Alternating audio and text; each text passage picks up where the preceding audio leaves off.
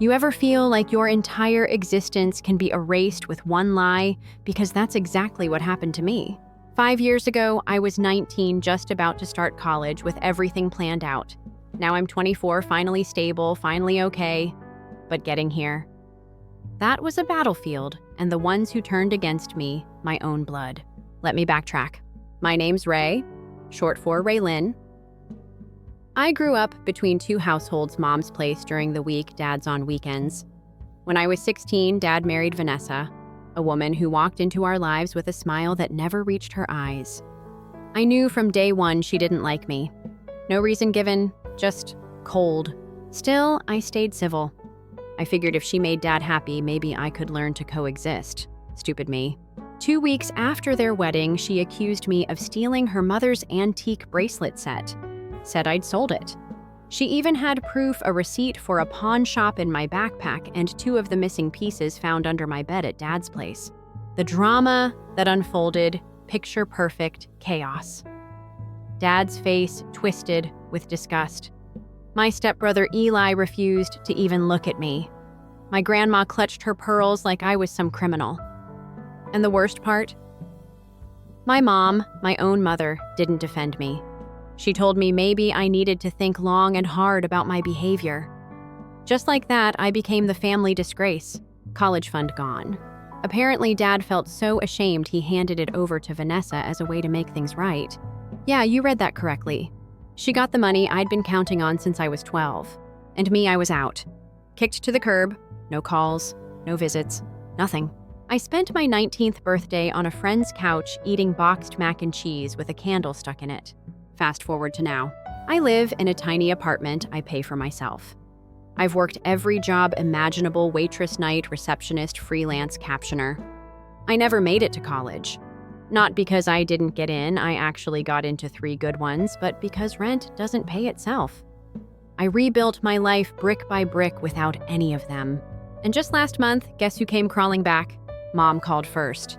She left a voicemail. Ray, there's been a development. We need to talk. We owe you an apology. Click. Then came the messages. From Dad, from Eli, from Grandma. Apparently, Vanessa's little charade finally unraveled. And now everyone's shocked, betrayed, heartbroken. They want me to come home. Funny, they never asked where home was when I had nowhere to sleep. At first, I ignored them, blocked the numbers. But curiosity got the better of me, so I messaged Mom back, just to know what development they were talking about. Here's what she told me. Dad was using Vanessa's laptop because his own was being serviced. While checking emails, he accidentally clicked into her alternate Gmail account, the one she forgot to log out of. And there it was, an email thread between her and a buyer she'd sold the jewelry to.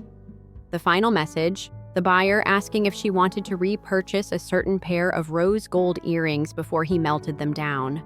He even attached a picture. Guess what? Those were the same earrings I was accused of pawning. The ones they found under my bed. Poetic, right? Dad confronted her. At first, she gaslit him. Then she broke down sobbing. Said she did it for him. That she knew I was just using him for money and wanted to protect him. Said she was afraid I'd destroy their marriage.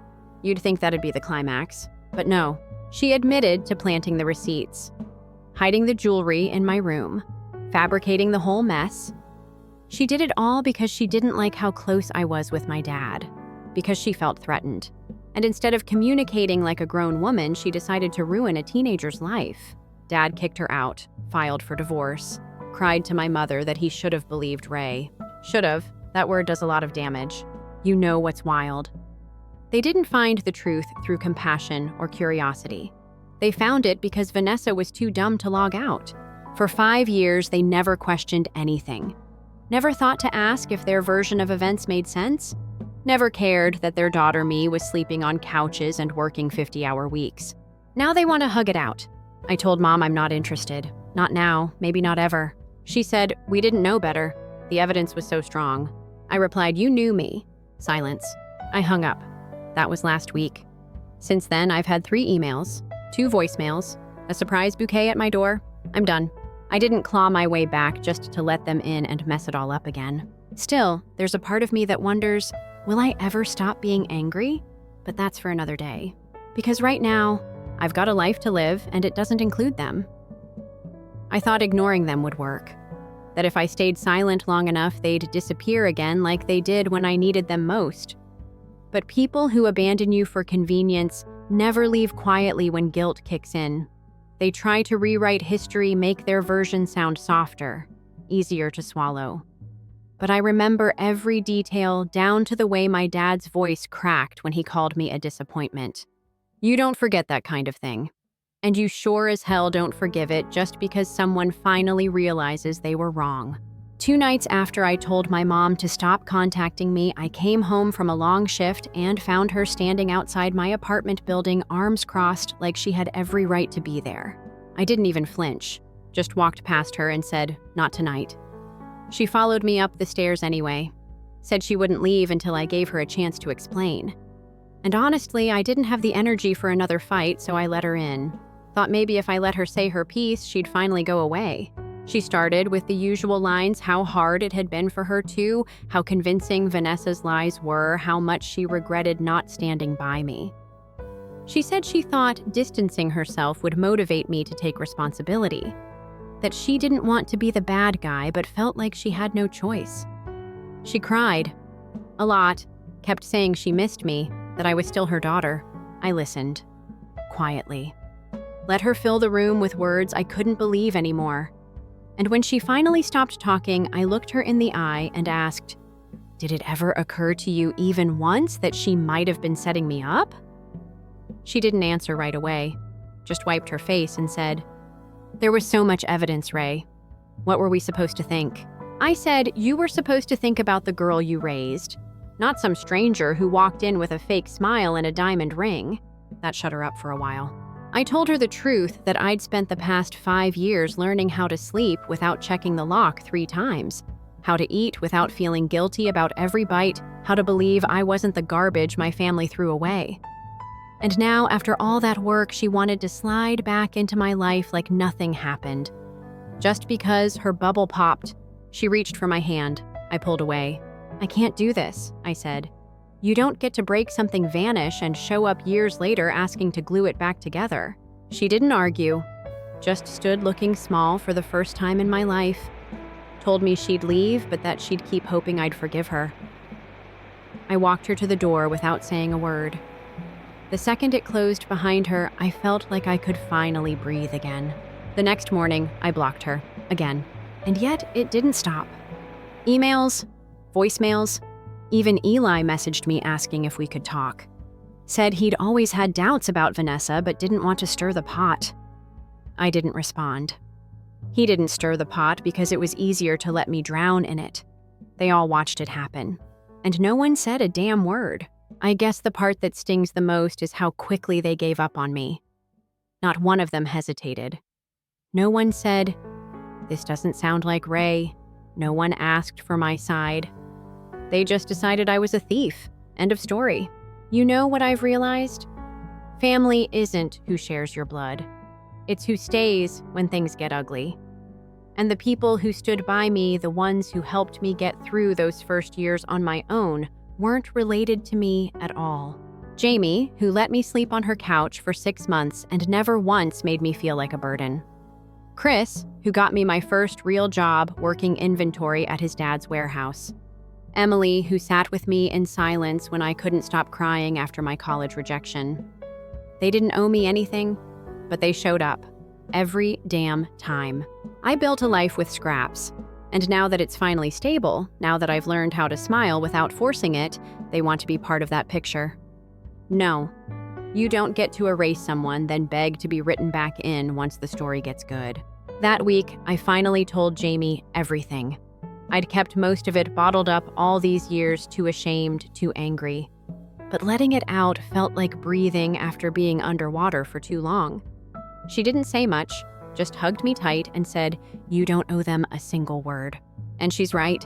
Forgiveness doesn't mean handing someone back the knife they used to cut you. It means healing the wound so they can't control you with it anymore. And I'm not there yet. Maybe I never will be. But at least now I don't bleed when I think about them. That weekend, I started journaling again. Nothing fancy, just a beat-up notebook from the corner store.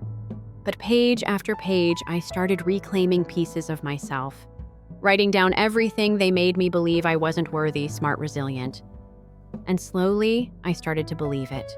Because here's the truth, I didn't survive because of them. I survived in spite of them. So when my dad sent me a handwritten letter, yes, a literal pen-on-paper letter, I didn't open it. I just stood over the trash can for a moment, let myself feel whatever flicker of sadness was left, and then dropped it in. No drama, no hate, just done. That night I slept like a baby. And for the first time in a long time, I didn't dream of proving anything to anyone. I just dreamed of peace. It's wild how the silence they once forced on me now feels like protection. Back then, silence meant exile. Now, it means peace. I stopped checking my inbox after the second week. At first, I was tempted to keep tabs to see what they'd say next, if Dad would finally take accountability, if Eli would admit his silence was cowardice, if Mom would stop playing the victim. But reading their words felt like reopening wounds that had barely scabbed over. So I stopped. Not out of bitterness, but out of preservation. Then came the package. No return address, just my name, written in Dad's handwriting. The kind that used to sign my report cards and birthday cards. I stared at it for a long time. Curiosity clawed at me, but instinct won. I tossed it on the kitchen counter and left it there for days unopened. It wasn't until Jamie came over that I even mentioned it. She picked it up, raised an eyebrow, and said, "You sure you don't want to burn this?" I smiled. Not yet. Might need it for evidence one day. But jokes aside, I knew exactly what was inside. Apologies disguised as sentiment. Maybe a photo album, maybe the bracelet he once promised I could pass down to my daughter one day. Guilt wrapped in nostalgia. And I wasn't interested in nostalgia. That version of my family, the one that took me to the lake every summer, the one that made pancakes on Sunday mornings, died the day they chose a stranger over me. That girl on the dock, barefoot and smiling, she doesn't exist anymore.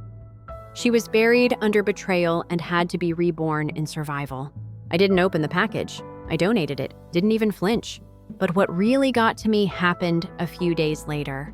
I was walking home from work when I saw her, Vanessa, sitting outside a cafe like she belonged in my city. Hair shorter, nails still perfect, sipping some overpriced drink like she wasn't the reason I had to crawl out of a financial grave. Our eyes met. She froze. I didn't. I walked right past her without a word. Not a glance back. No dramatic scene. Just a breeze moving through the wreckage she left behind. I don't know what she felt in that moment. Regret, shame, maybe nothing at all. But I know what I felt. Power. Not the loud kind, not the vindictive rush people chase in revenge fantasies. No, mine was quiet, clean. It was the weight lifting off my shoulders as I realized I didn't need justice. I already had peace.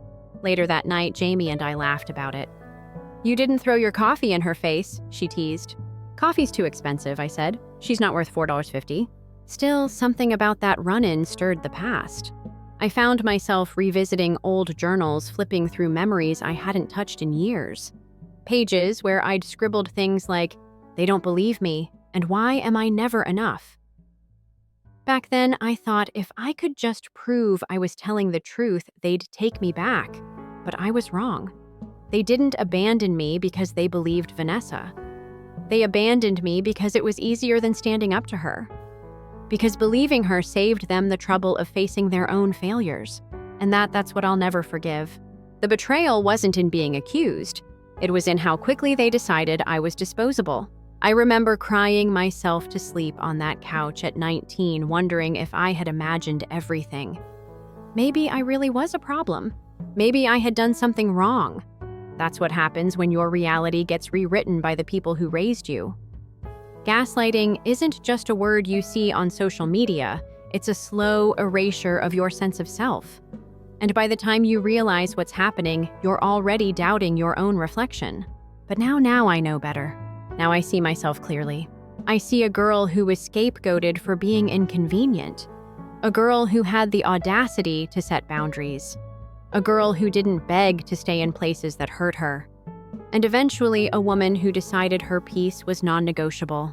So when Mom texted me again some blurry selfie of us from when I was 10, captioned "miss this," I didn't respond. That version of me is gone, and she never really saw her anyway. She only loved me when I played the part she approved of. Once I stepped off script, I was cut out of the show. I'm not mad anymore. I'm just done. It's not the kind of anger that burns. It's the kind that cools to stone. The kind that says I'm not making room at my table for people who left me starving. Forgiveness isn't a table setting. It's a personal decision, and mine hasn't changed.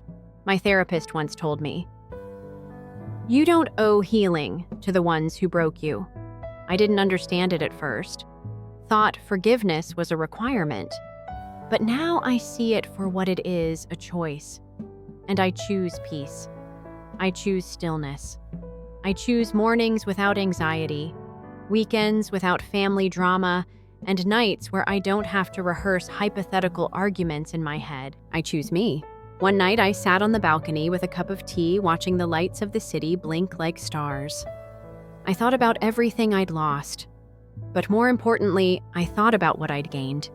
Independence, self-respect, friends who became family, a job I actually like, a version of myself I fought hard to become. So, no, they don't get to come back just because the truth finally caught up with them. They chose their story. They'll have to live with the ending. And me, I'm just getting started. The funny thing about cutting people off is they don't notice until the silence starts to echo. At first, they think it's temporary, a phase, maybe even a tantrum. But then days turn into weeks and the door doesn't reopen. That's when they panic. That's when they remember your value not because they miss you, but because they miss the role you played. The listener, the peacekeeper, the one who showed up no matter what. When you stop playing your part, the whole performance collapses. And suddenly they realize you weren't the problem. You were the glue. I didn't reply to their latest email. Another group effort this time signed by Dad, Eli, and Grandma. No mention of Vanessa. Just words like remorse and hope and healing. A few years ago, I would have hung on every sentence.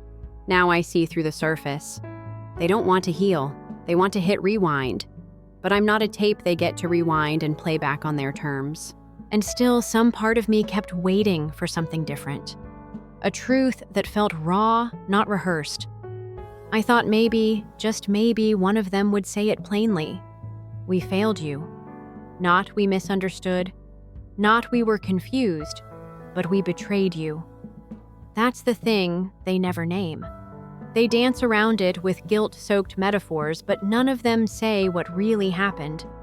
None of them admit that when it came down to it, they believed a stranger's lies over their own blood. And that's a weight I carry every day. Last Sunday, I visited the lake alone, the one we used to go to as a family. It's quiet there this time of year. Just a few fishermen, some ducks, and the occasional jogger. I sat on the bench near the dock, the same one where I'd once sat with my dad, feet dangling, talking about college dreams. That Ray. She was full of hope. She thought family meant safety. That bench held 1,000 unspoken promises. None of them were kept, but I didn't cry. I just sat there watching the water ripple like it had secrets it would never tell. And I realized something: I don't want their apologies anymore. Not because they don't matter, but because I've already built a life without them. I've done the work, I've patched the holes. Their words can't fix what I already rebuilt. It would be like repainting a house after it's been torn down and rebuilt from the foundation. Too little, too late. That night, I wrote a letter I never planned to send, just for me. I titled it "What You Lost," and I wrote, "You lost a daughter who never once asked for more than love and honesty. You lost someone who would have stood by you through anything had you only believed in her. You lost the laughter of someone who used to make the room feel whole. You lost my trust, my stories, my milestones. You won't know the version of me that rose from the wreckage. And maybe that's the biggest punishment of all." After I finished, I folded it and tucked it into the back of my journal. A page of truth sealed in silence. A few days later, I got a call from a number I didn't recognize. I don't usually answer unknown calls, but something in me said pick up. It was Eli. He started with small talk, how was I, how's life, blah blah. I stayed quiet. He finally cut to the point. I just wanted to say I'm sorry, he said, for not standing up, for staying quiet. I asked, why now? He hesitated. Because I saw what Vanessa did, and I can't stop thinking about it. About how we let her twist everything. I knew something was off. I just didn't want to be the one to break the family apart. I didn't say anything. He went on. She ruined everything, he said, and we let her. I said no. You ruined everything because you knew and did nothing. That silence on the other end. That was the first honest thing he'd given me in years. I didn't yell. I didn't argue. I just ended the call with, "You're 5 years too late." And I felt lighter. It wasn't about revenge. It wasn't about winning. It was about closure. About finally hearing someone say what should have been said years ago. A few days after that, I got a letter in the mail from Dad. Again, handwritten. But this one was different. No grand declarations, no excuses, just a single line. I will regret what I did to you for the rest of my life. There it was. Truth, finally. I didn't smile. I didn't cry. I just folded it, placed it with the others, and went back to my day. Because regret doesn't rebuild trust. Regret is a consequence, not a cure. That weekend, I had dinner with Jamie and Chris. We sat in my living room sharing cheap takeout and laughter that didn't feel forced.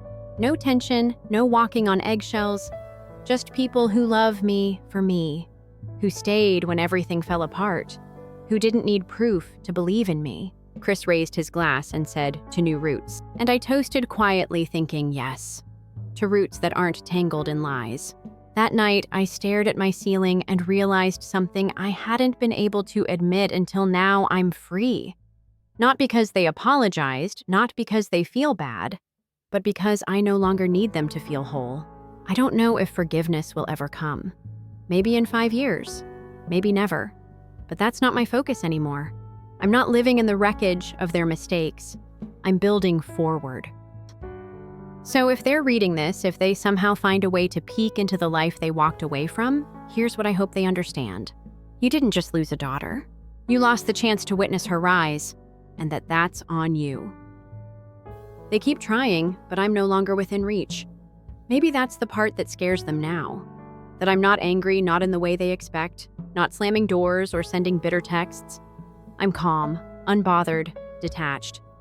And that kind of peace, that's the kind you earn through fire, not the kind you offer to people who handed you the match. It's been nearly 2 months since Vanessa's lie was exposed. 2 months of emails, calls, texts, letters, all of them trying to rewrite the past into something more tolerable. I can see the pattern so clearly now. First came denial, then came guilt. Now they want redemption. But you don't get to paint over betrayal and call it growth. Not when the damage still echoes in the corners of someone else's life. They want to be let back in, to be part of this version of me. The stable one. The one who can finally smile without it cracking under the weight of sadness. But they didn't help build this version. They didn't stay during the years when I was too tired to eat dinner. When the world felt like a series of locked doors and I didn't have a key to any of them. I built this version of myself brick by jagged brick, and every call from them feels like a hand trying to take credit for architecture they abandoned mid-foundation. The most recent message came from Grandma. It was soft, sentimental, exactly the kind of thing that used to work when I was younger. She wrote about missing Sunday breakfasts, about how quiet the holidays are without me, about how getting older makes her realize what truly matters. She said she's not proud of how quickly she turned her back, and she hopes I can find it in my heart to let us try again. But I've let too many people try again only to watch them fail the same test twice. So I didn't respond. Instead, I sat down and wrote something for myself. Not a letter, not a diary entry, just a promise. I wrote, "From this point forward, I don't owe anyone more chances than I've already given. My healing doesn't require reopening wounds just so someone else can feel better about themselves." That promise sits taped to the inside of my closet door right above where my old journals used to hide. Every morning I see it. And every morning it reminds me that peace isn't a reward I give to people, it's a boundary I keep for myself. I don't hate them. I don't wish them harm. I don't walk around with bitterness gnawing at my bones. But I also don't want them in my life. That's not anger, that's clarity. The only thing I've been tempted to do, if I'm being honest, is say one final piece. Not for their sake, but for mine. A closing chapter spoken on my own terms. I keep picturing it me standing in front of them, not to shout or blame, but to make sure they understand that I didn't just move on, I grew without them. That their absence didn't destroy me. It refined me. But then I always stop myself, because I don't owe them that performance. Closure isn't something they give me with tears or apologies. It's something I build by living a life they no longer have access to. I still remember the exact moment everything changed. Not when I got kicked out, not when I found out Vanessa lied, but the moment 5 years ago when I realized no one was coming to save me. That was the shift. That was the moment I stopped waiting and started surviving. Everything since then, every job, every friendship, every hard-earned step forward has been a monument to that decision. And now I'm no longer surviving. I'm living. I'm decorating my first apartment with furniture I bought on my own. I'm waking up to sunlight instead of dread. I'm saying no without apology. And more than anything, I'm done chasing people who never turned around to see if I was okay. Jamie and I had a late-night conversation recently, sitting cross-legged on my living room rug with a bottle of cheap wine between us. She asked, if they never reach out again, would you feel like something's missing? And I surprised myself with how easily I said no. Because what I lost in them, I found in myself. I don't need a family that didn't choose me when it mattered. I don't need the forced smiles and holiday tension. I've created my own rhythm, my own kind of belonging. And that's more sacred to me than any half-hearted reunion could ever be. They're not the villains in some story I'm trying to rewrite. They're just people who made a choice. And I made one too, to protect myself. So when I walked past a family photo in a thrift store the other day, someone else's happy moment frozen in time, it hit me. You can frame a memory, but that doesn't mean it's still true. Pictures lie, smiles lie. But the way people treat you when no one's watching, that's real. And what they showed me was this: when the truth was inconvenient, they turned away. I won't forget that. I don't carry it like a weapon. I carry it like armor. The world is full of people who will love you conditionally until your truth costs them comfort. But every time I stand firm in mine, I grow a little more into the person I was always meant to be. And that right there is the best revenge I never had to plan. Time doesn't heal all wounds. That's a lie people tell themselves to sleep better. Time just teaches you how to carry the scars without flinching. You don't forget. You learn to breathe around it. And sometimes, like now, you stand in front of a mirror, look into your own eyes, and finally see someone who doesn't owe anyone an explanation. It's been 3 months since I last heard from them. 3 quiet months. No messages, no surprise visits, no awkward letters dipped in guilt. Just stillness. And I didn't realize how much I needed that silence until it lasted long enough to feel like peace instead of punishment. That's what this all became in the end, not a story about them, but a slow unraveling of the lie that blood is everything. Because family doesn't abandon you when it's hard. They don't erase you the moment your truth is inconvenient. This morning, I got a call from the university I'd deferred years ago. The admissions office reached out because they'd reopened my file. I never reapplied. But it turns out one of my friends, Chris, submitted a recommendation for me behind my back, along with an updated portfolio of my freelance work. They offered me a spot in the upcoming semester, part-time flexible hours, even some financial aid. The same place I thought I'd never walk through again now wants me. I stared at the acceptance email for a long time. Not because I was shocked, I knew I was capable, but because it felt like the past closing a loop. Like the universe saying, here, this is yours now. Not because they gave it to you, but because you took the long road and made it here anyway. And just like that, I said yes. Not to spite anyone. Not to prove anything. but for the girl who once packed her life in 2 garbage bags and thought her dreams had died with her dignity. This was for her. Later that night, I walked to the corner store, bought myself a cupcake, and stuck a candle in it. A small celebration. No fanfare. Just me sitting by the window whispering, "You made it to the version of me that never stopped trying, no matter how exhausted, no matter how invisible." And as I watched the flame flicker against the glass, I realized something I hadn't been able to admit until now. I forgive them.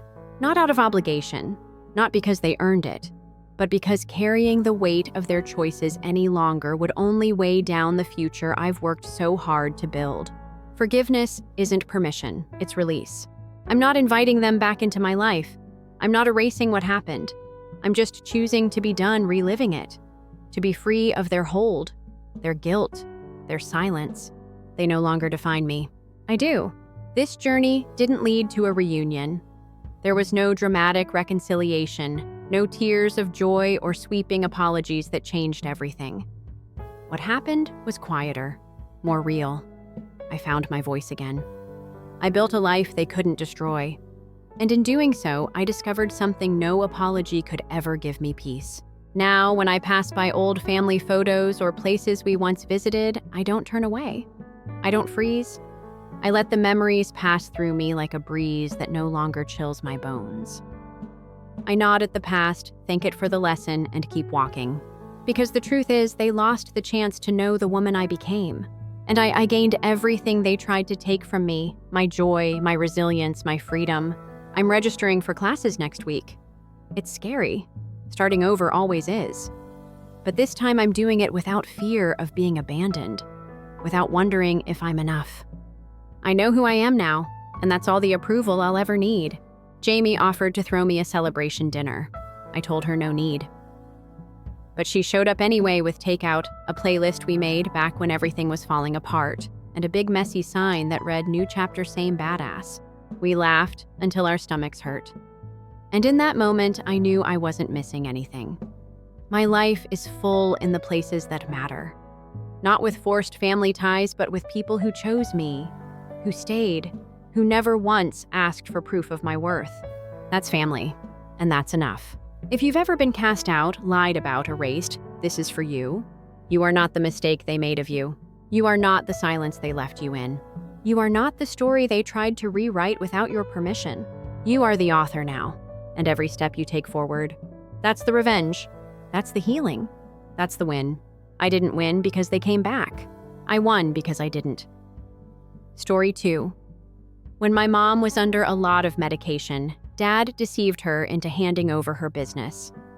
5 years ago, I worked there for 20 years, but he gave it to my sister's gambling addict husband instead. After a protracted fight with ovarian cancer, my mother passed away. She was a remarkable woman who started an interior design firm from the ground up and made it one of the most reputable in our community.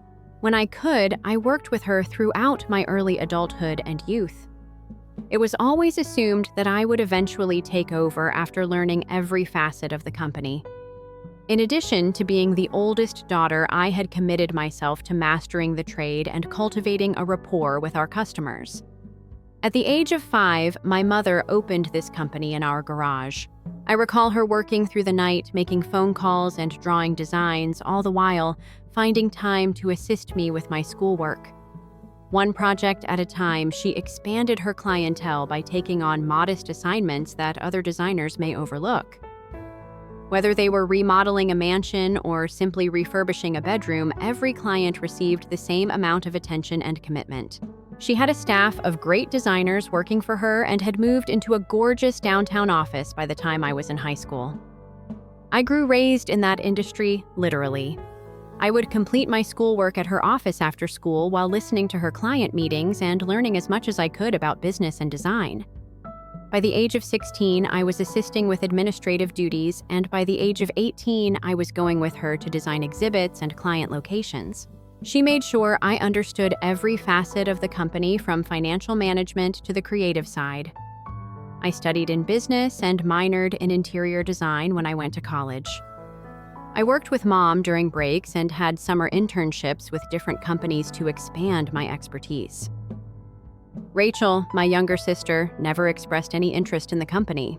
She finally married James after concentrating more on her social life. All right, rich man who has never worked a day in his life. Rachel was organizing lavish parties and sharing pictures of her opulent lifestyle on social media while I was spending weekends at client locations and going to design exhibits with my mother. She periodically stopped by the office to show off her newest shopping sprees or beg Mom for a loan, but she never once inquired about the company or showed any interest in finding out what we did. Rachel had always been her father's favorite, even before she met James. He admired her easygoing demeanor and gregarious nature, but I believe that my more somber, business-oriented style unnerved him by reminding him too much of his mother's independence. Dad was quite pleased when Rachel married James. Despite James's history of failed business endeavors and missed opportunities, he viewed James as the son he never had and fully believed James's lofty rhetoric about his business aspirations. I worked fewer hours at my internship after learning that my mother had cancer in order to assist her in running the company while she received treatment. I saw her persevere through chemotherapy rounds, insisting on going over designs and scheduling meetings with key clients whenever she felt well enough. Even when she was at her worst, she would talk to her regular customers. To her, the firm was more than simply a business. It was her life's work, and she was committed to making sure it would survive her death. She expressed her desire for me to take over the company to everyone, including my father, in her last months. In order to transfer ownership to me after her death, she even had her lawyer prepare the necessary documents. I recall sitting with her in the hospital as she explained to me every aspect of the company, including her future goals, supplier contacts, and client relationships. She said she knew I was the only one who really understood what she had created, so she made me swear to uphold the company's integrity. Mom called me to her hospital room by herself the day before she died. Despite her weakness, she was determined to tell me something crucial. She disclosed that James had been paying her visits during my absence, putting pressure on her to alter her will and cede control of the company to him. He even had documents for her to sign, claiming that it would relieve her daughter of the burden. In a fit of rage, Mom threw him out of her room. She forced me to swear that I would never allow James to come in contact with her life's work. Mom also told me that she was worried about Rachel and Dad. Given that James had been attempting to get involved in the business and that Dad had always preferred Rachel, she was concerned that they might attempt to thwart her wishes. She ensured that all the legal paperwork was in order and even discussed with her important staff how she could help me during the changeover. Everything was in place for a seamless leadership transition. What I didn't know then was that Dad had already betrayed Mom's trust while she was still fighting for her life in the hospital. He had been secretly meeting with lawyers to find ways to contest her will. He even went through her office after hours taking documents and making copies of contracts. Rachel helped him using her spare key to the office, the one Mom had given her for emergencies only. They were literally plotting behind Mom's back while she was on her deathbed. The day after Mom's funeral, literally, the day after we buried her dad, called a meeting with the company's lawyers. He hadn't even waited for the flowers on her grave to wilt. That's when I discovered the full extent of his deception. It turns out that while Mom had properly documented her wishes to transfer the business to me, Dad had been building a legal case based on the company's original incorporation documents from 25 years ago. When Mom first started the business, she had listed Dad as a 50% owner for tax purposes, even though he never contributed anything beyond basic bookkeeping. This was common practice for married couples at the time, and Mom had trusted him completely.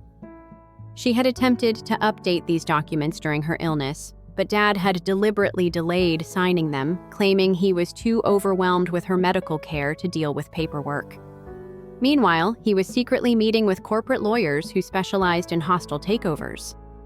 What broke me completely was finding out about what happened during Mom's final days in the hospital. Dad had waited until she was at her weakest just 2 days before she passed. When the doctors had increased her morphine to manage her pain, he came to her room alone. after visiting hours using his status as her husband to get past the nurses. Mom's regular nurse later told me she had protested his visit, saying Mom needed rest, but Dad insisted it couldn't wait. He brought a stack of documents telling Mom they were urgent insurance forms needed to cover her final round of treatments. Mom could barely hold the pen, but she signed multiple pages. Mom was on heavy pain medication at the time and trusted her husband of 30 years. The night nurse who witnessed the signing because she thought they were medical documents said Mom kept asking questions, but Dad just rushed her through it, saying there wasn't time to read everything because the insurance office needed them first thing in the morning. Those papers turned out to be a complete transfer of her shares to Dad, along with documents giving him power of attorney. The signatures were barely legible, just wobbly lines that look nothing like Mom's signature that I had seen on hundreds of client contracts. But Dad had been clever. He got the nurse to sign as a witness, and it brought a notary with him who didn't know Mom's regular signature. Everything was technically legal. I only discovered this because the nurse felt guilty and reached out to me after Mom passed. She had realized something was wrong. I tried to fight it. Of course, I spent over $50,000 of my own savings on lawyers who all agreed that what Dad did was ethically reprehensible but technically legal. The fact that he was listed as an original owner combined with the documents he'd tricked Mom into signing gave him just enough legal standing to take control. When I brought up Mom's recent will and transfer documents, Dad's lawyers argued that she wasn't of sound mind during her final months due to her medication, while conveniently defending the validity of the papers she'd signed under the same conditions. Then Dad announced that he was giving control of the business to James, my sister's husband. His reasoning: the business needs a man's touch, and James has an MBA. Never mind that James's business experience consisted solely of losing his trust fund and various failed ventures, or that I had practically grown up in this company and knew every aspect of its operation. The announcement was made at a company-wide meeting where I had to sit there humiliated in front of employees who had watched me grow up in the business, as Dad praised James's fresh perspective and modern business acumen. James actually had the nerve to say, "I know some of you might be concerned about the changes ahead, but I promise to honor Sarah's legacy." Not only had they gone against Mom's explicit wishes, but they had done it in a way that completely dismissed my years of dedication and experience. Dad didn't even have the courtesy to discuss it with me beforehand. I found out at the same time as everyone else. The look of smug satisfaction on Rachel's face during the announcement told me everything I needed to know about her role in this decision. What made it even worse was discovering later that James had already promised several of Mom's long-term employees that they would be taken care of if they supported his takeover. He had been secretly meeting with them, offering promotions and raises if they would back him instead of me. Most of them refused and came to tell me about it, but a few actually took his side. These were people who had worked with Mom for decades. People who had watched me grow up, now suddenly acting like James was the second coming of Steve Jobs. I was devastated, not just because of the betrayal of Mom's wishes, but because I knew James would run the company into the ground. He had no understanding of design, no relationships with our clients, and no respect for the legacy Mom had built during the transition meetings. He kept talking about his plans to modernize and disrupt the business, showing complete disregard for the reputation and relationships Mom had spent decades building. Rachel supported her husband completely, telling me I was being dramatic and that I should be happy for their success. I couldn't bear to watch them dismantle everything Mom had created. So I resigned immediately. Several key employees followed me out the door, but I convinced them to stay, knowing they had families to support. Some of them cried when I told them I was leaving, and a few even offered to quit in solidarity. But I knew Mom would have wanted me to protect their jobs if I could. I moved to another city and started overbuilding my own design consultation business from scratch. It was hard work, but I had learned from the best. For 3 years, I had minimal contact with my family that would occasionally call to complain about how ungrateful I was being. While Rachel would send passive-aggressive messages about how I had abandoned the family, I focused on my work, gradually building a strong client base and reputation in my new city. Some of Mom's old clients sought me out. Having heard through that, I had started my own firm, and their support helped me establish myself more quickly than I had expected. Then last month, I received a frantic call from Rachel. It turns out that James had run Mom's company into the ground just as I had predicted. He had taken out massive loans to fund unnecessary expansions, alienated our long-term clients with his arrogant attitude, and eventually started embezzling money to cover his gambling debts. The business was facing bankruptcy, and James was potentially facing criminal charges. The worst part was learning that he had been using the company's reputation to secure loans and contracts, then failing to deliver on the promises made to clients who had trusted Mom's name. What really got me was their response to this crisis. Instead of taking responsibility, they're now claiming that this is somehow my fault. Dad called me crying, saying that if I had stayed to help James learn the business, none of this would have happened. Rachel insists that I have an obligation to come back and fix things because Mom would have wanted you to save her company. They seem to have conveniently forgotten that they were the ones who pushed me out in the first place. The audacity of their request is stunning. They want me to leave my successful business, move back home, and use my connections and expertise to save the company they stole from me.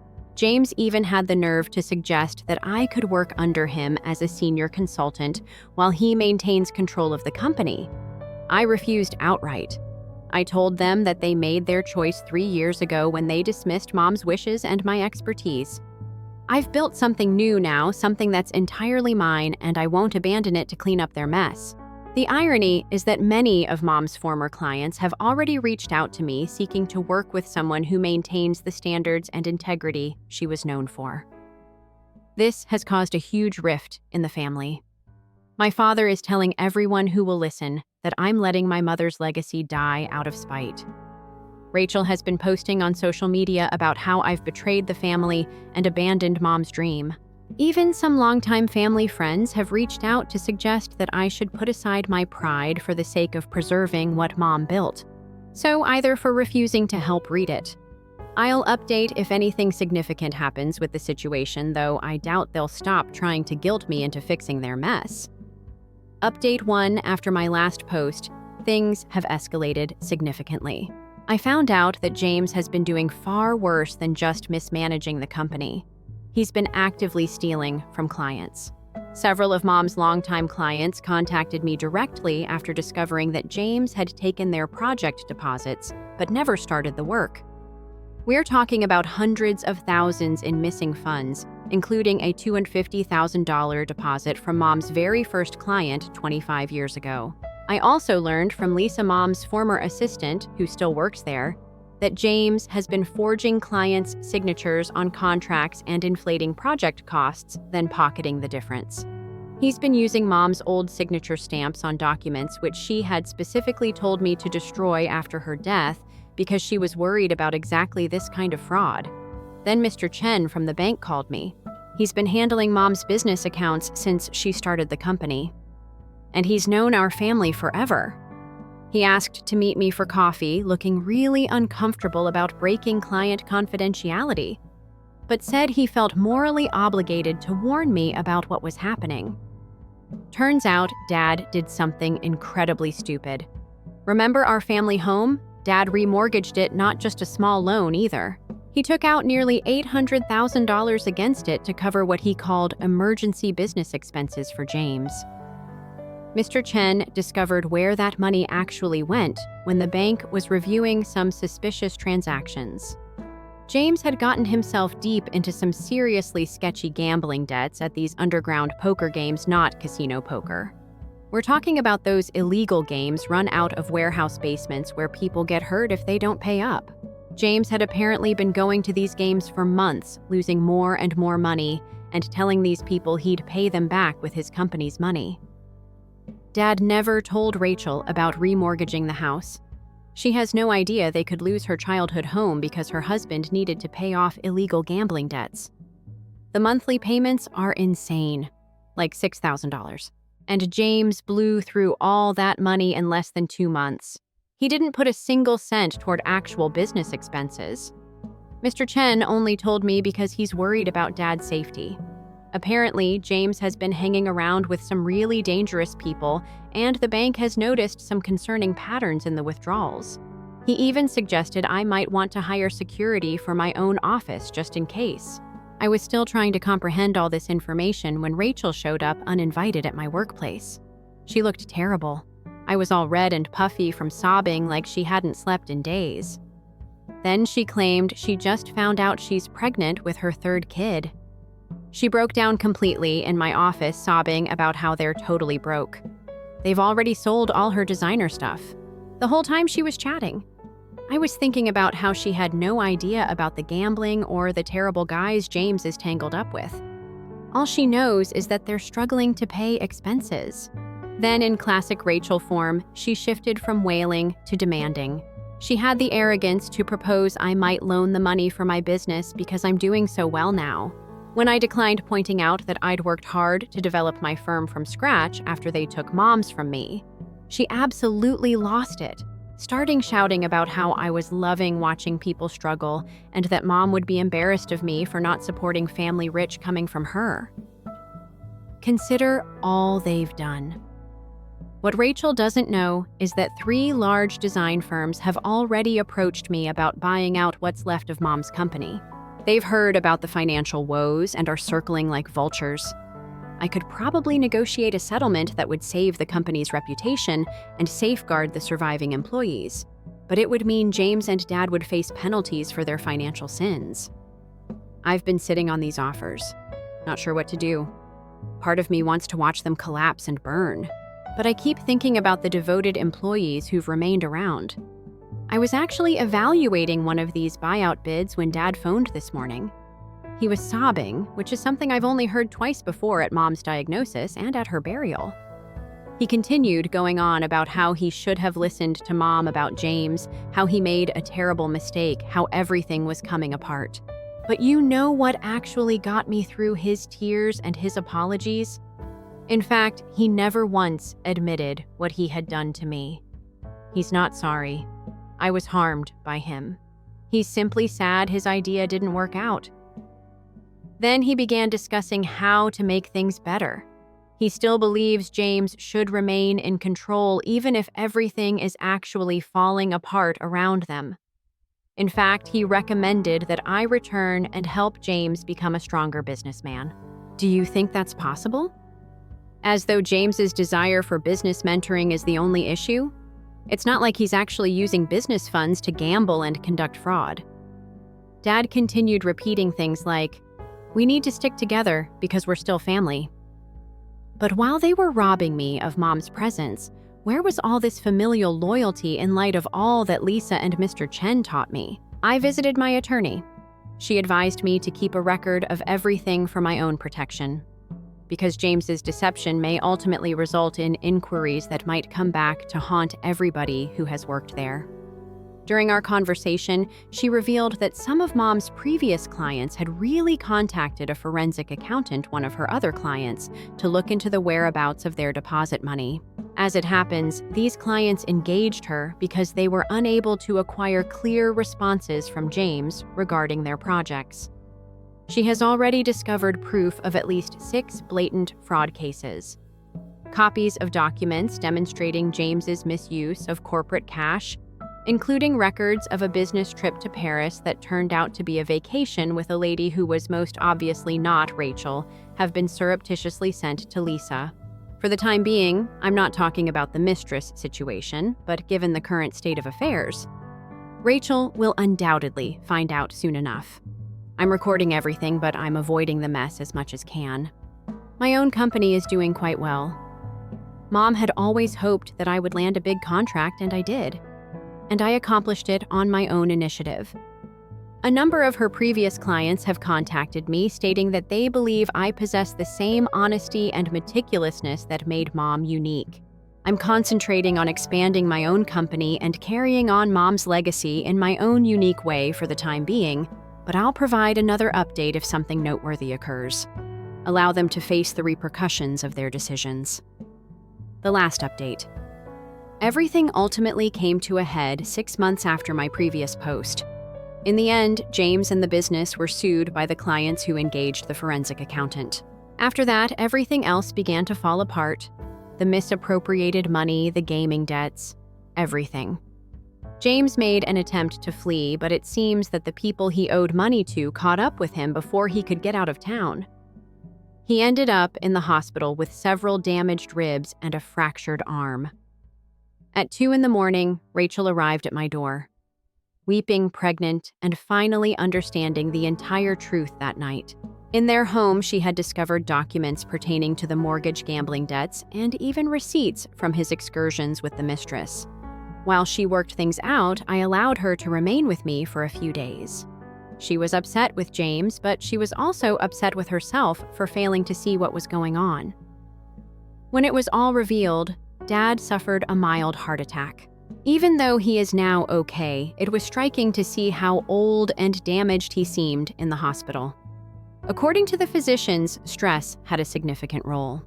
It felt genuine when he made another attempt to apologize to me. In fact, he admitted to his mistakes. Not just the recent events involving James, but also how he had deceived Mom and me by disobeying her desires. Perhaps too little too late? At least it was truthful, though. The business is being sold, not to any of the previously named design firms. When they saw how dire the financial situation was, they all withdrew. Rather, a group of investors was assembled by one of Mom's former workers. They're rebuilding under a new brand and purchasing what's left. I refused their invitation to join them as a partner. However, I did consent to serve as a consultant, and I'm assisting them in getting in touch with some of Mom's former customers. Rachel filed for divorce. She is currently living with her father again. As it happens, losing the house is no longer a certain. Since the bank can demonstrate that James committed fraud, they are collaborating with them to restructure the mortgage. She is due in a day. I've been helping her prepare the nursery in spite of everything. That's what Mom would have wanted. James faces fraud-related criminal allegations. He is undoubtedly serving some time, but his attorney is attempting to negotiate a plea agreement. The proof was simply too obvious, particularly when Lisa handed over all the paperwork she had been secretly gathering.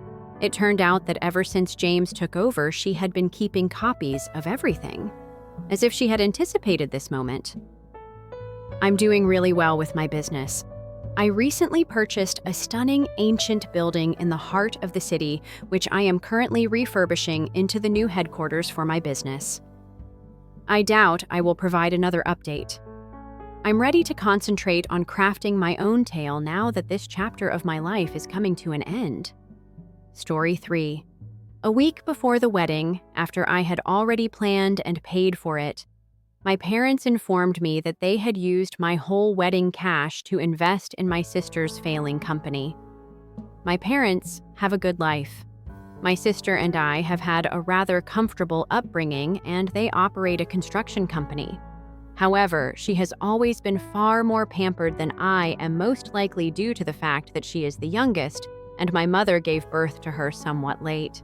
To put things in perspective, she turned 19 a few months ago, and I am 29. I've never gotten along with her. Let's call her Lucy, since she is the epitome of a spoiled brat. Since we are 10 years apart and don't really have much in common to start with, I don't mind it either. However, she has been completely annoying lately, and despite her ludicrous, conceited actions, my parents have never confronted her or attempted to correct her. Her grades have been declining over the last 3 years, but she has never made an effort to improve them. She is either shopping or out with her buddies, and all she does is squander our parents' hard-earned money carelessly while hanging out with her friends. She doesn't really care about her life. And because my parents forbade me from living that way, it used to irritate me. With me, they were quite rigorous and regimented, but with her, there were no rules. She then declared last year that she wanted to launch her own company instead than attend college. Since she is hardly qualified, and her company idea isn't very novel or intriguing, anyone would realize right away that it's a bad idea. She intended to launch a denim clothing company using her own designs, but I don't mean to be critical, but they weren't really creative or even excellent. However, her friends had instilled in her the belief that she was gifted and that this was her destiny. She wasn't going to back down then. In the end, my parents had to consent to her launching and funding her own company. I told them that this endeavor was bound to fail because she was unwilling to accept advice and was determined to do things her own way, which could not have worked out well because she had no business experience at all. It was probably the strangest thing they had ever agreed to do for her. Despite this, she felt superior to everyone. In any case, I cautioned my parents, but they ignored me and carried out her intentions without any hesitation. After a while, I simply gave up on attempting to convince them that it was not going to work. Therefore, whenever I met with them, I just discussed safer subjects with them. Then a few months ago, I became engaged, and ever since I've been organizing my wedding. Since I began seeing my fiancé 5 years ago, my parents had been saving money for me, so I planned it with my wedding fund in mind, knowing that they would pay for the majority of the expenses. However, they informed me just 3 days ago that they had no wedding finances and that the wedding was only 1 week away. I've already paid for everything, so that's the issue right now. I always thought my parents would pay for the wedding, so I planned a great extravagant event. They had informed me about that. They had been telling me and comforting me that they had the wedding fund ready and that all I needed to do was pay for everything at this moment, although I haven't even been eligible for years. Later, they would pay me back for it all at once. It made enough sense and seemed plausible.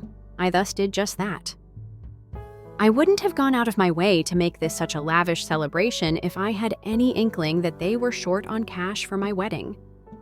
I've leased a huge space, invited a lot of guests, and the meal will be just amazing. I just went beyond because I thought my parents would pay for the wedding. Of course, my fiancé and his family will also contribute, but it won't be enough to cover the entire cost. Furthermore, we are uncomfortable asking his parents to make additional contributions, because in contrast to my parents, they are not wealthy and have already made the finest contributions possible.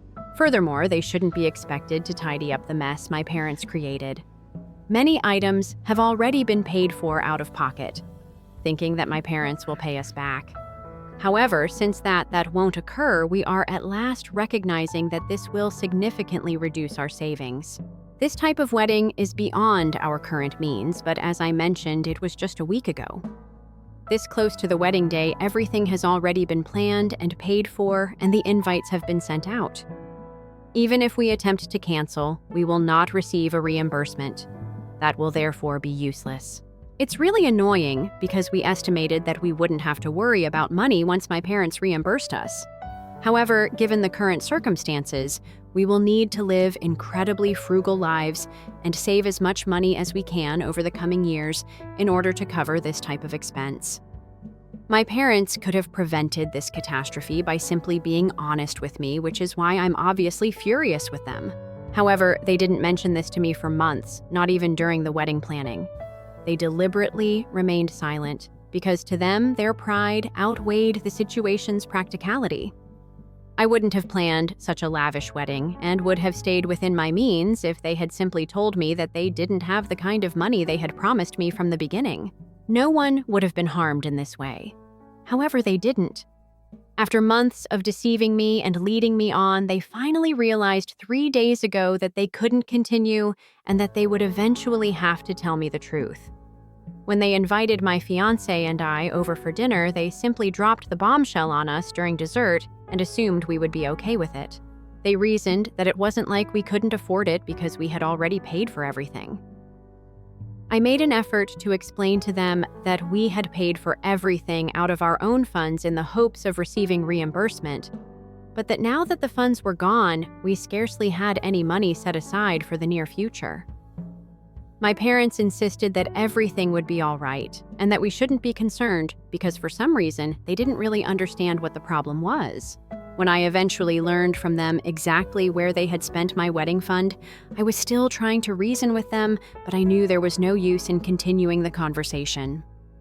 My parents did invest all that money in my sister's failing business, as you may have already surmised. It is not surprising that Lucy's business hasn't been doing well because she lacks any business acumen and isn't very good at designing. Surely it couldn't have come as a shock to them. And when they realized that this was not going well, they should have put an end to it. But instead, they indulged her even more and kept giving her money to keep her business afloat. And at one point, without even realizing it, they had given away my entire wedding fund to Lucy to invest in her business. And by then, my fiancé and I had already been engaged for a couple of months, and they had promised me that they were going to cover my expenses, so they couldn't bring themselves to back out. They told me that it had become a matter of pride for them, which is why they had kept silent for so long. But now they felt like they had to be honest with me, and they actually thought that I was going to be understanding about the whole thing. So they were talking to me very casually as if this was absolutely no big deal. At that point, I knew there was no talking to them anymore, so I just smiled and I told them that it was fine.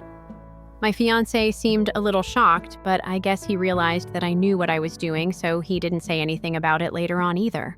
We left as soon as possible, but as soon as we were in the car, I told him that I was not going to let my parents off the hook for this one. In the past, I had always put up with them because regardless of their behavior and partiality when it came to Lucy, they were still my parents, and I didn't want to hurt them or let go of them. But it was becoming increasingly obvious to me that when it came to Lucy, they were ready to hurt whoever it took, and I was personally sick of letting things slide when I came to my parents. So my fiancé and I went back home, and then we made a post on all my social media platforms putting my parents on blast for what they had done. I didn't hold back at all. And it felt like years of pent-up frustration and anger were just bubbling up to the surface, which was something that I desperately needed. So I made that post with every single detail of what had happened.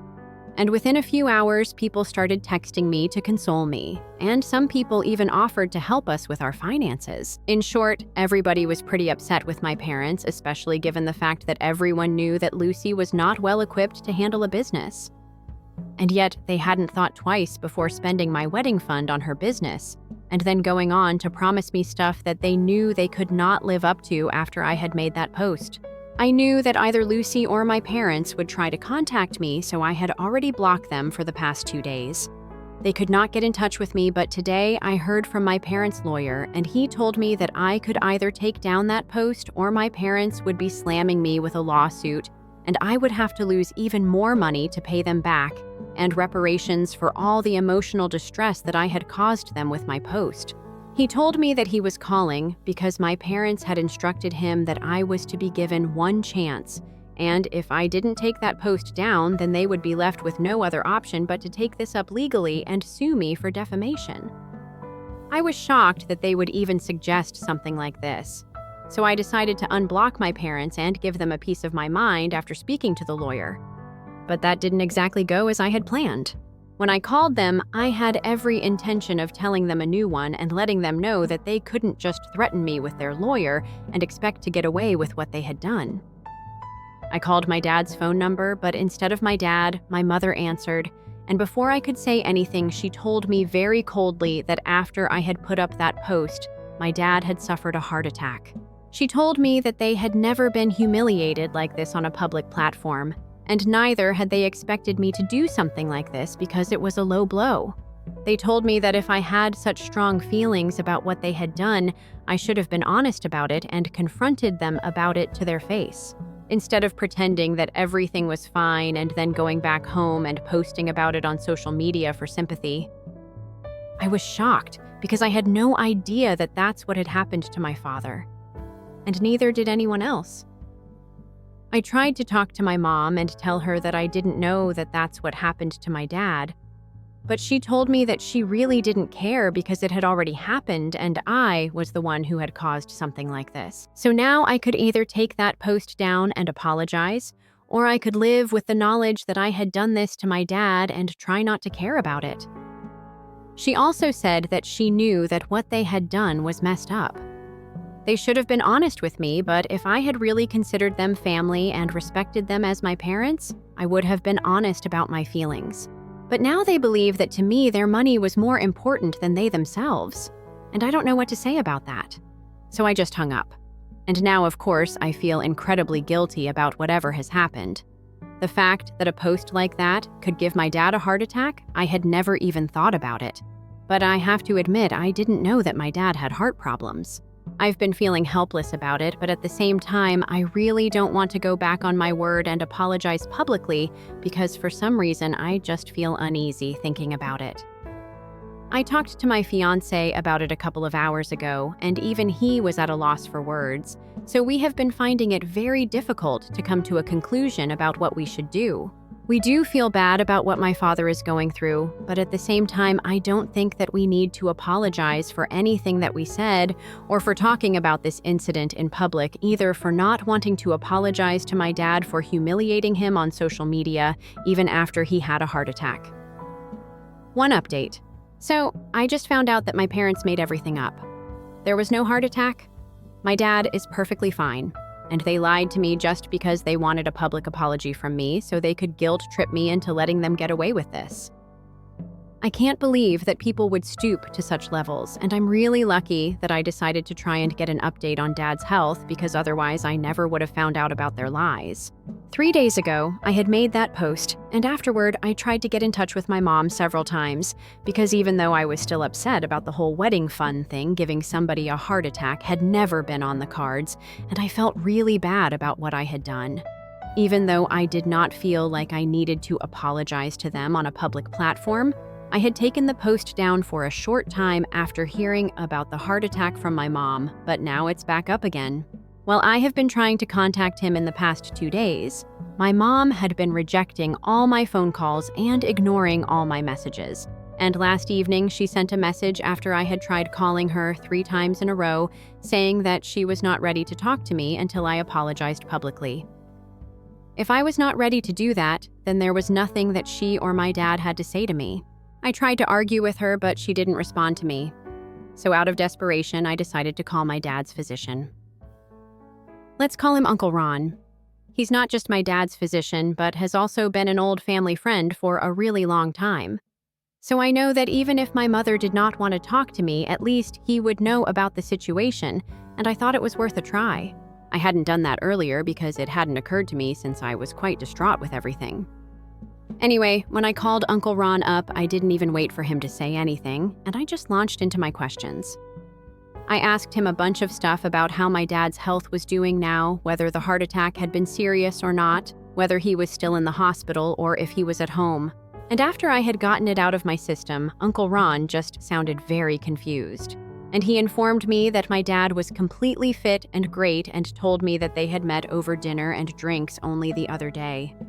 That was pretty bizarre, because I really thought that my dad was suffering, and I insisted on it until he finally told me that he was positive that my dad was perfectly fine because they had recently met, and even if my dad had suffered a heart attack since then, he would have definitely told him about it.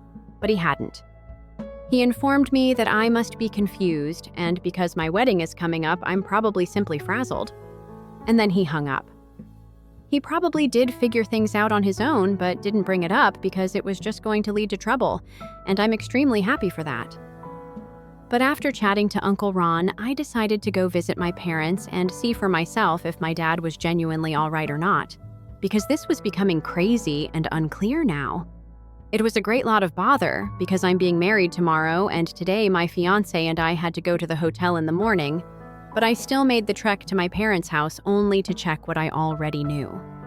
I hadn't done it sooner because I had been busy with all the last-minute wedding arrangements, and also because I was kind of frightened of seeing my dad in a horrible state, knowing that I would be accountable for it. After my chat with Uncle Ron, though, I realized that I had to walk in just as I had imagined. My dad was absolutely okay. I assume my mom hadn't expecting me to show up, so when I rang the doorbell, she refused to answer it. But then I informed her that I was not going to leave unless she let me see my dad. She attempted to fight with me, but I just kept knocking on the door till she finally opened it, appearing extremely furious, and told me that I had no right to bother him like this, but I didn't care. I immediately pushed by her and stepped in. And there my dad was in the bedroom looking absolutely healthy and sipping on wine while working. He began fumbling as soon as he spotted me trying to explain that he was feeling much better, despite the fact that he had had a heart attack some time ago and that he could now drink. In addition, my mother approached me and said that I was very filthy for coming all this way to find out if they had been lying about the heart attack, even though I knew in my heart that they had been telling the truth based on their tone. They may try to live up to their lies now that I could see they had been lying all along. However, there was no purpose. I simply left without saying anything since I was so appalled by what I now understood. I returned to my home on archive the post I had created and simply did my best to relax. My expectations of my parents were already rather low following the entire wedding money debacle. They weren't great individuals in my opinion. I was aware of that beforehand. However, the current deception on the heart attack and other things was simply repulsive. That is the most heinous thing I can think of. Additionally, they lied about something as significant as this because they merely wanted an apology from me.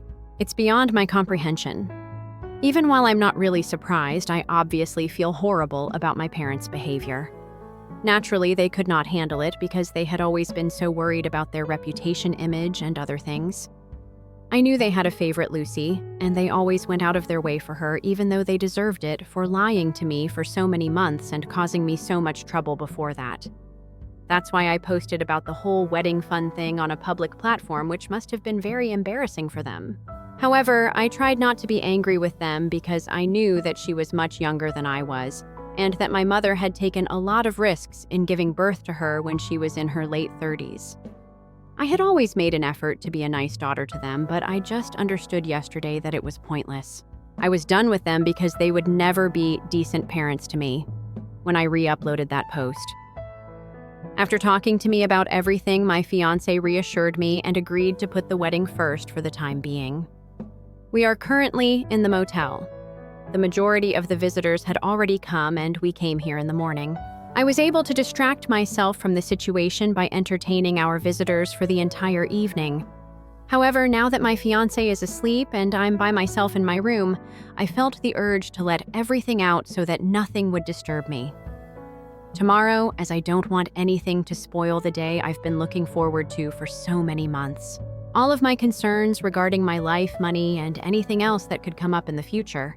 But I'm simply getting it off my chest now since my wedding day will be all about me and my fiancé. To be honest, it feels nice. I am aware that my fiancé and I are getting married under less than ideal circumstances. For some reason, knowing that I will be living my whole life with him makes things seem a little less dire even though we still have a lot to worry about.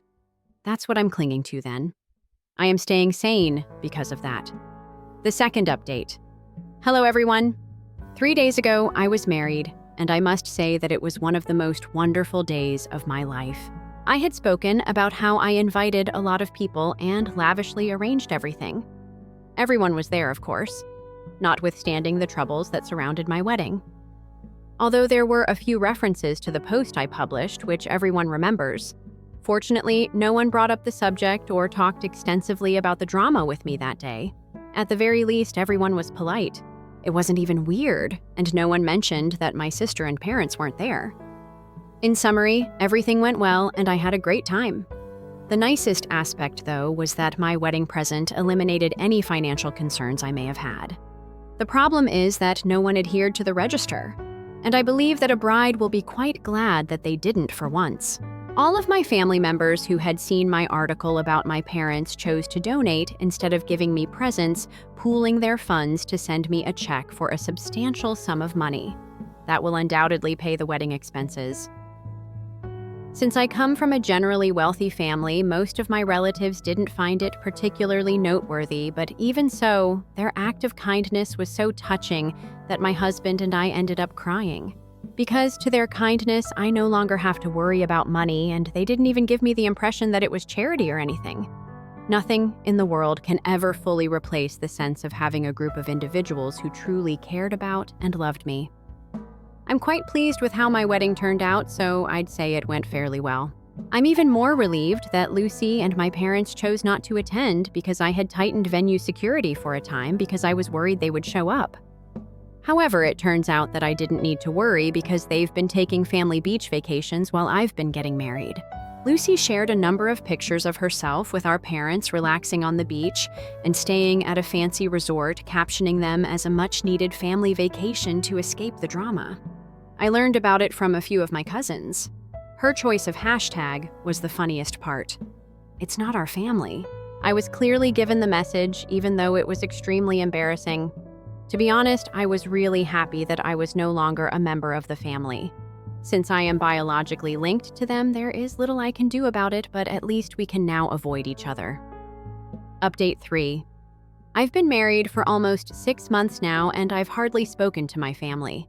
However, the rest of my family has updated me on their lives, and that's how I learned that Lucy finally closed her business last week and made the decision to enroll in college in order to earn a business degree. She may return after that, but for now, she is out of business. The fact that this is occurring after my wedding when so much drama could have been avoided if she had simply reached this conclusion sooner struck me as extremely ironic. In any case, my parents have chosen to send her to one of the best business schools in the state, and I have a strong suspicion that they are paying for her admission because she could not have gotten in on her own given her grades. She has been boasting about how prestigious the institution is and posting about it constantly on her social media accounts. When it comes to Lucy, it's shocking that they appear to have money, but they didn't want to compromise, in my opinion. Once more, I'm not surprised because that's just their personality. And now that I've finally removed my rose-colored glasses, I realize that I ought to have objected to their actions much sooner. However, I was at fault for that. But whatever. I'm quite pleased with the way my life has developed. My spouse and I recently learned that we were expecting, and we will announce the news in a few weeks. Everything seems to be coming together, and I am incredibly thankful for what I currently have. I am aware that my parents may attempt to contact me following my announcement, or they may attempt to do so following the birth of the child. One thing is certain, though, they will make an effort to contact me if they learn that they are expecting a grandchild. Unfortunately for them, though, I will not entertain that. Since I've moved on and don't have any expectations from my parents, I believe it's only right that they don't have any either. Right now is one of the best times of my life, and I don't want my parents to spoil it. Therefore, they will have to leave permanently from now on. My husband also agrees with my decision, and that's all I honestly need. He's good, I'm good, and soon enough we'll be a family of 3. That's all that I need to be happy. My parents are just no longer important to me. Drop your story in the comments. And if you've ever been underestimated, hit that like button and subscribe. We see you, and we've got more stories like this coming every week. Thanks for watching.